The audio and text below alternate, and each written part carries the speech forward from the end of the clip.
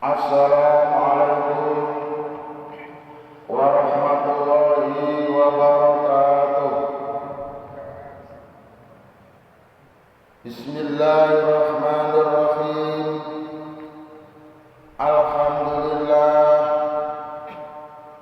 Alhamdulillahilladzi ahyana ba'dama amatana wa ilaihin nusur.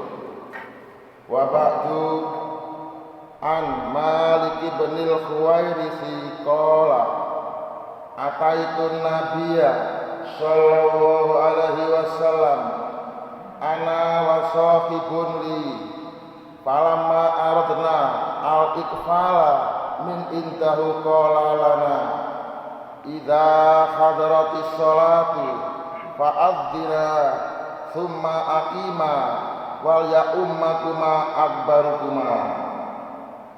Artosipun an Malik ibn al-Khuwairisi utawi hadis menika bersumber saking Malik bin Khuwairis.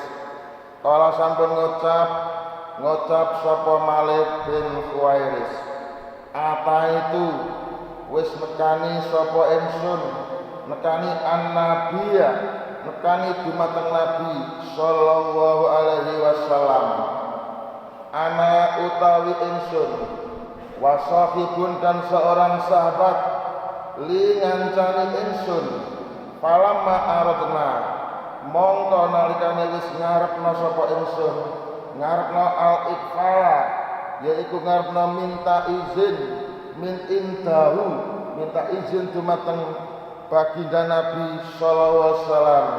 Ola banjur dawuh sapa Nabi dawuh lana marang ingsun, idza hadarat nalikane wis teko apa as-shalatu waktune salat fa'adzina mongko supaya azan sapa ingsun summa aqima banjur iqamat sapa ingsun wal ya ummakuma dan hendaklah ada yang jadi imam di antara kalian akbaru yaitu orang yang lebih tua usianya, akbarukuma orang yang lebih tua usianya dari kalian.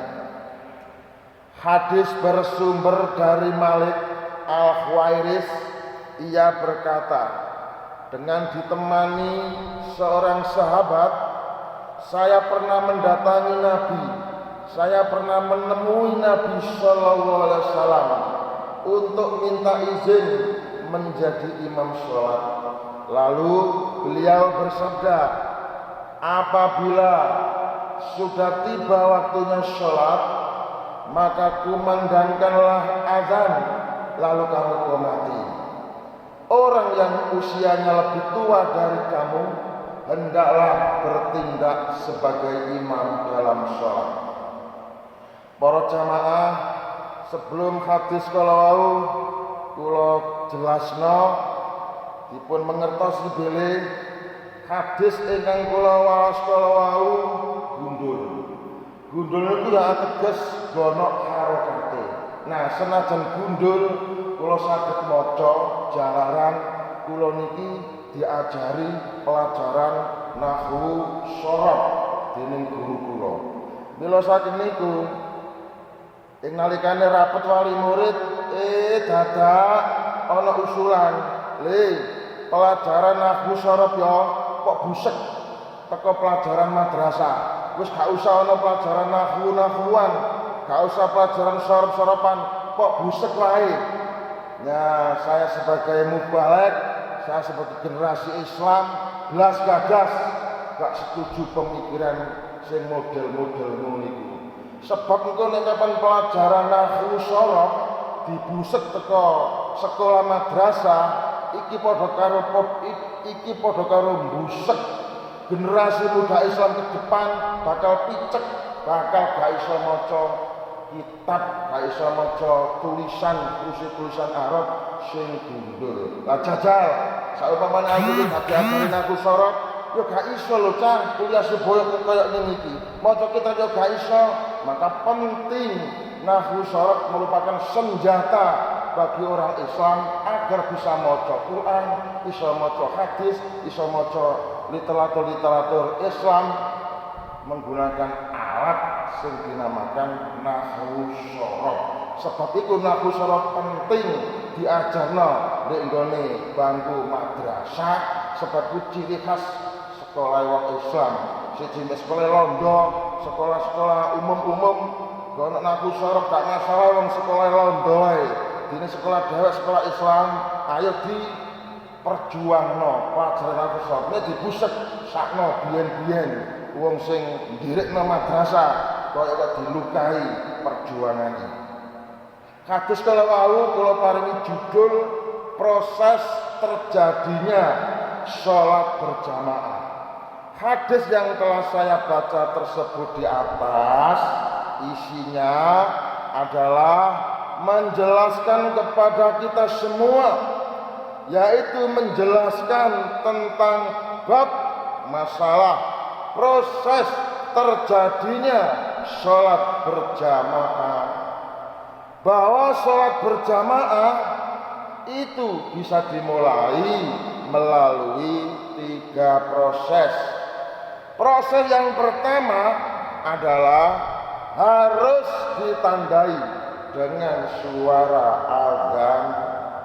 Kemudian proses yang kedua adalah harus dibacakan iqamat, dan proses yang ketiga adalah harus ada seorang imam sholat yang memenuhi syarat sebagai imam sholat. Apabila waktu sholat telah tiba, maka harus disambut dengan suara kumandang azan.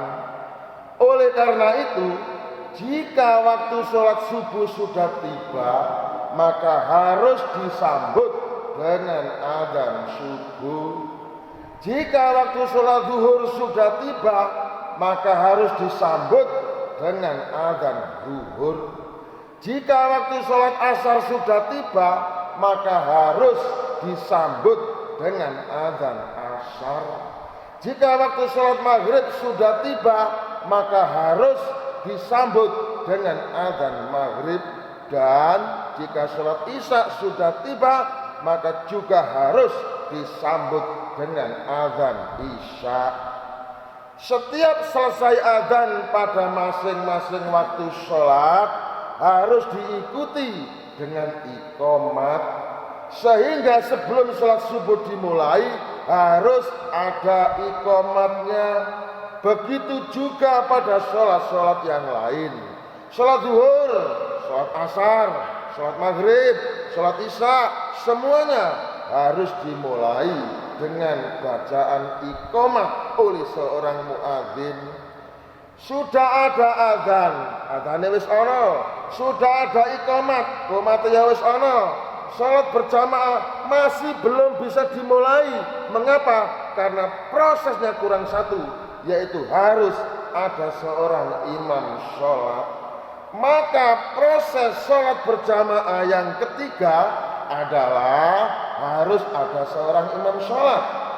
Maka dengan demikian, ketika sholat subuh harus ada imamnya, ketika sholat zuhur harus ada imamnya, ketika sholat asar harus ada imamnya, ketika sholat maghrib kudu ana imame, ketika sholat isya ya ngono kudu ana imame.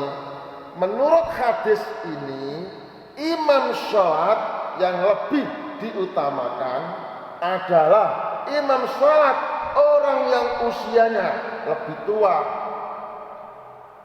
orang yang umurnya lebih tua, dengan punya kemampuan bagus dalam bacaan Al-Quran. Jika bacaan Al-Qurannya jelek, walaupun usianya lebih tua, maka siapapun yang punya kemampuan bacaan Al-Quran lebih bagus, dialah yang berhak menjadi imam sholat, walaupun usianya masih muda.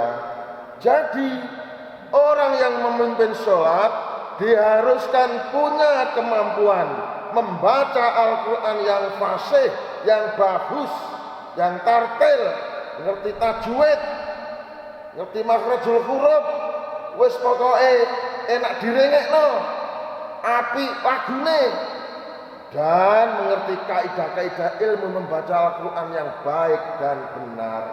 Inilah persyaratan orang itu harus jadi imam sholat. Nek gak ngerti ngono-ngono, mundur ae.